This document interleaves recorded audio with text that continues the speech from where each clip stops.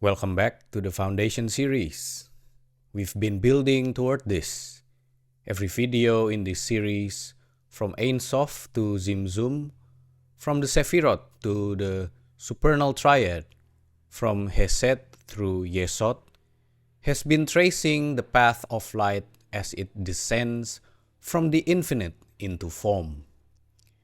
And now we arrive at the end of that path, the final Sefirah, Malkhut. And I want you to understand something before we go any further. Malkhut is not the least important Sefirah because it's the last. It's the entire point. Everything above exists for the sake of what happens here. The Zohar is relentless about this. All the lights, all the emanations, all the divine architecture, it all exists so that light can land, so that God can dwell in the lowest place. Malkhut is where that dwelling happens.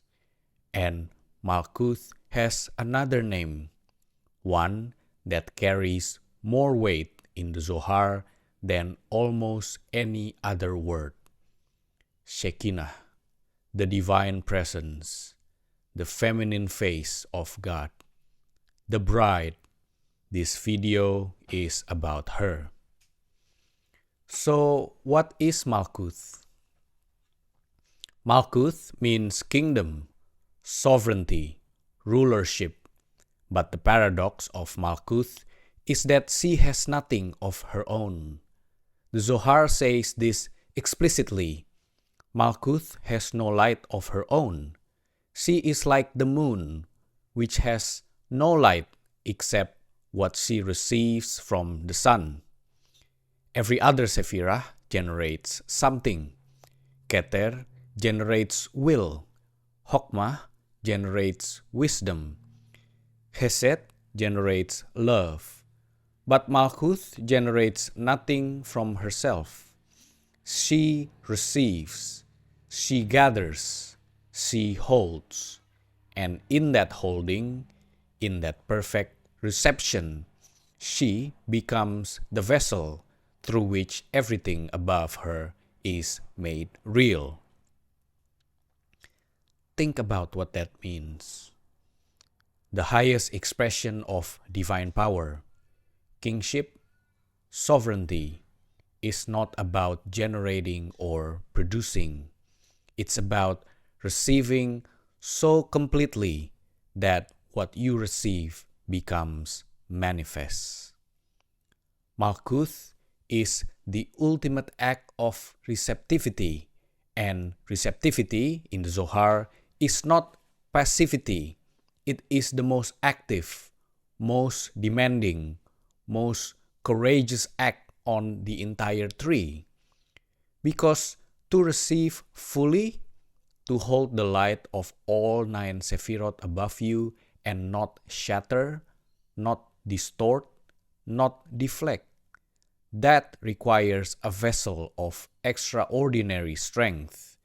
Malkhut is that vessel. Now, the Shekhinah. The word Shekhinah comes from the root shakan, to dwell. The Shekhinah is the dwelling presence. She is the aspect of God that chose to come down, to live among the people, to inhabit the tabernacle, the temple, the world itself. And the Zohar describes her in the most intimate, most tender language in all of Jewish mysticism. She is the bride, the queen, the mother of the lower worlds. She is the rose among the thorns. The Zohar opens its very first teaching in Parashat Bereshit with the image of a rose with 13 petals, and the Kabbalists understand this rose to be the Shekhinah, surrounded by thorns, beautiful and fragile in the midst of a harsh world. protected by the very things that could wound her. She is called the Matrona, means the queen who dwells in the palace and waits for the king. And the king is Zeir Anpin, specifically Tiferet, the central teaching of Kabbalistic theosophy is the union of Tiferet and Malkhut, the king and the queen, the groom and the bride, the Holy One, blessed be He, and His Shekhinah. When they are united, blessing flows into the world. When they are separated, the world enters exile. And that brings us to one of the most important teachings in the entire Zohar, the Shekhinah in exile. The Zohar teaches that when the temple was destroyed, the Shekhinah did not ascend back to heaven. She went into exile with her children. When Israel was scattered among the nations, she scattered with them. She followed them into Babylon, into Rome, into every land of suffering and displacement.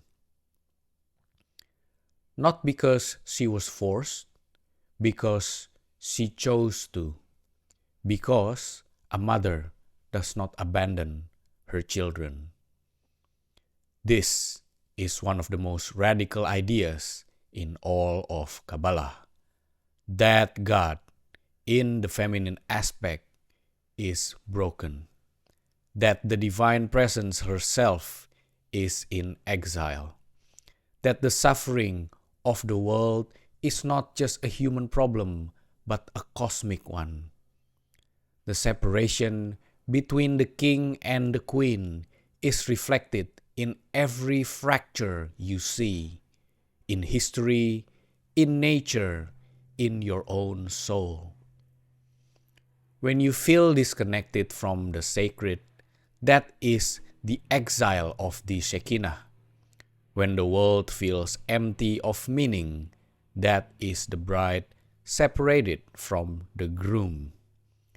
The Zohar in Parashat Shemot describes it like this. When Israel went down into Egypt, the Shekhinah went down with them. And when they were redeemed, she was redeemed with them. The pattern repeats through all of history. Every exile, every return, she is always there in the lowest place, waiting. Not waiting passively, waiting the way a flame waits inside a coal. Present, hidden, ready to blaze the moment the conditions are right.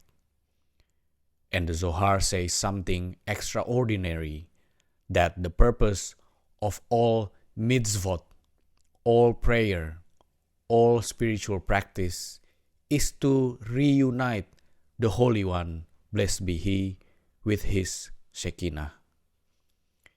Every act of holiness in this world is a wedding.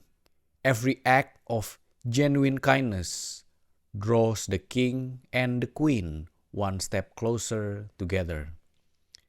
This is why so many Kabbalistic prayers begin with the formula El Shem Yichud Kuchabrihu Ushech Intei, means for the sake of the unification of the Holy One and His Shekhinah.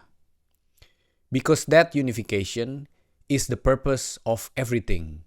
And here's what makes this personal. The exile of the Shekhinah is not only a historical event. It's happening inside you. Every time you act against your own truth, every time you silence the sacred voice within yourself to fit in, to stay comfortable, to avoid the cost of alignment, you are exiling your own Shekhinah. your own indwelling presence goes into hiding, not because she leaves, because you've made the inner temple inhospitable. And every time you realign, every time you choose truth over convenience, presence over distraction, integrity over approval, you are calling her back. You are rebuilding the inner temple, one honest moment at a time. Now, let's go deeper into the feminine dimension of Malkhut. The Zohar is built on polarity. Masculine and feminine are not social categories in the Zohar. They are cosmic forces. The masculine principle gives. The feminine principle receives. But the Zohar is very clear. Receiving is not lesser than giving. Receiving is what makes giving meaningful. Without a vessel, the light has nowhere to go. Without Malkhut, the entire tree pours into nothing. In fact, the Zohar teaches that the feminine principle has a secret superiority. There is a teaching called Eshet Chayil Ba'alah. A woman of valor is the crown of her husband. The crown, meaning Malkhut, who is the lowest, circles back to become Keter, which is the highest. The end is embedded in the beginning. The bride becomes the crown. The receiver becomes the source of the next cycle. This is the deep secret of Malkhut. She doesn't just receive the light and hold it. She receives the light, gives it form, and then becomes the Keter of the world below her. She is both the final point and the origin point, the last exhalation of one breath and the first inhalation of the next.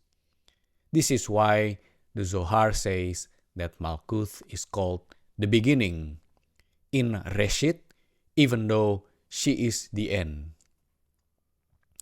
Because every true ending is a new beginning, and there is another dimension to this.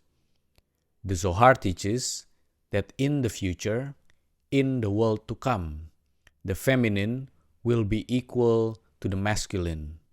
The moon will shine with her own light, not just reflected light.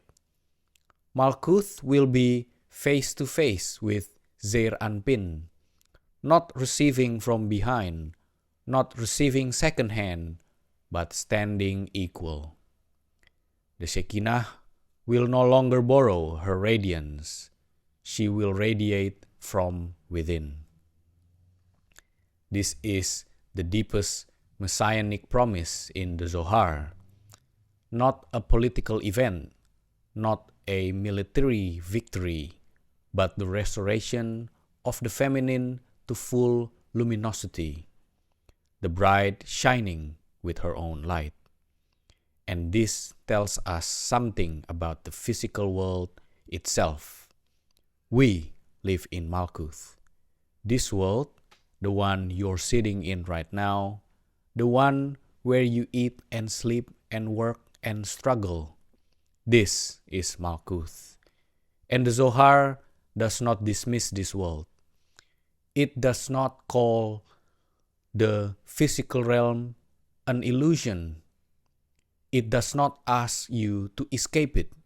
It says the opposite. This world is the vessel. This world is the bride. This is where God wants to dwell. Every tradition that tells you the body is the enemy of the spirit has misunderstood the architecture. The body is Malkhut. The body is the vessel that holds the light. Without the body, the light has no home. Without the physical world, the entire tree, all 10 Sefirot, has no destination. The physical world is not the prison, it is the palace, and the Shekinah dwells in it, in the details, in the material, in the ground beneath your feet. The Zohar says that when you eat with intention, you elevate the sparks hidden in the food. When you speak with kindness, you build a dwelling place for the Shekinah in the space between two people. When you do your work with integrity, you are constructing the temple, not the one made of stone, but the one made of moments.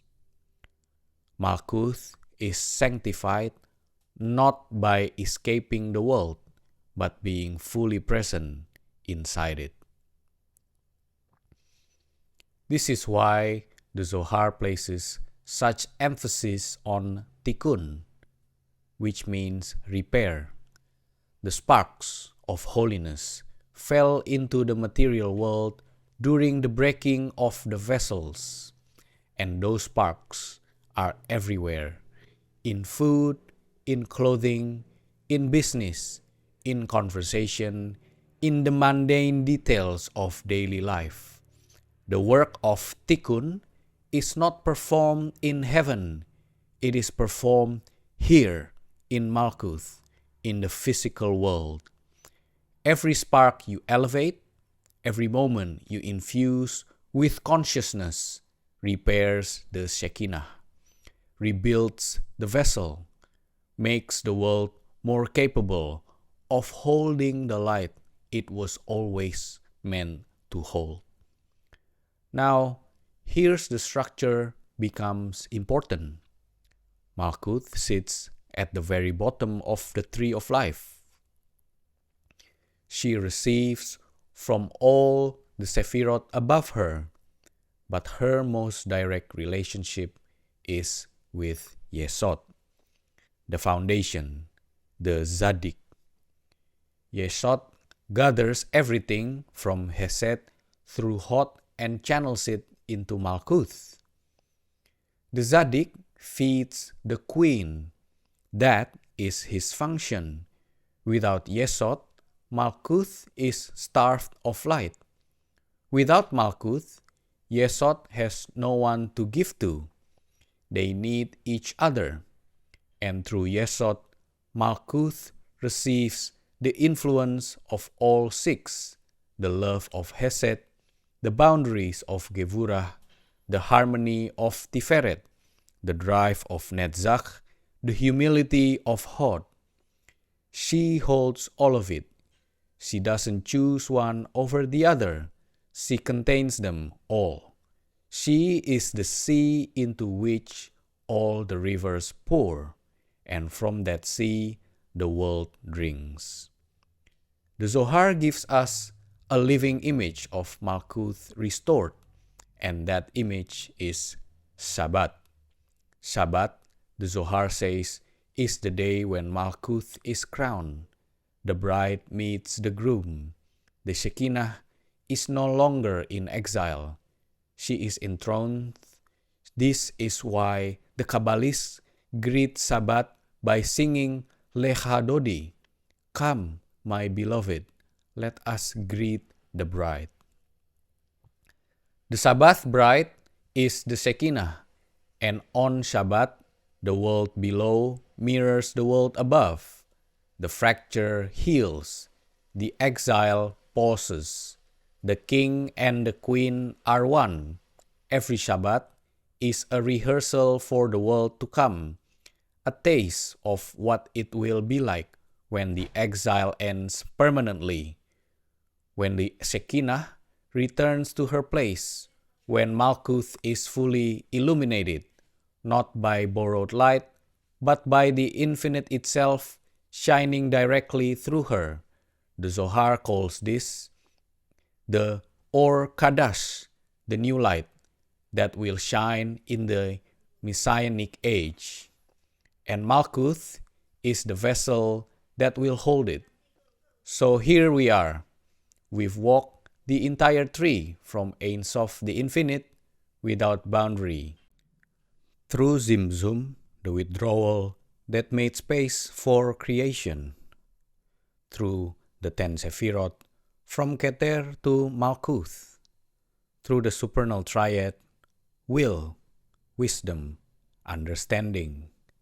Through Zeir Anpin, the 6 emotive forces that form the body of the divine. And now to Malkhut, the kingdom, the bride, the Shekhinah. The place where all of it lands. And the teaching is simple. You are standing in Malkhut right now. This moment, this body, this life, this is the vessel. The question is not whether the light is available. It's always pouring down. It's always flowing through the three. The question is, are you available to it? Can you receive it? Can you hold it without distorting it? Can you be a vessel like the moon, like the bride, like the Shekinah herself, and let the light come through? That's the invitation of Malkhut, and that's the invitation of this entire series. In the next video, we'll step into a new dimension, the 4 worlds, how the tree of life doesn't exist once. It exists 4 times at 4 levels of reality. Atzilut, Beriah, Yetzirah, and Asiyah. And why that matters for everything you have learned so far. I will see you there. Shalom.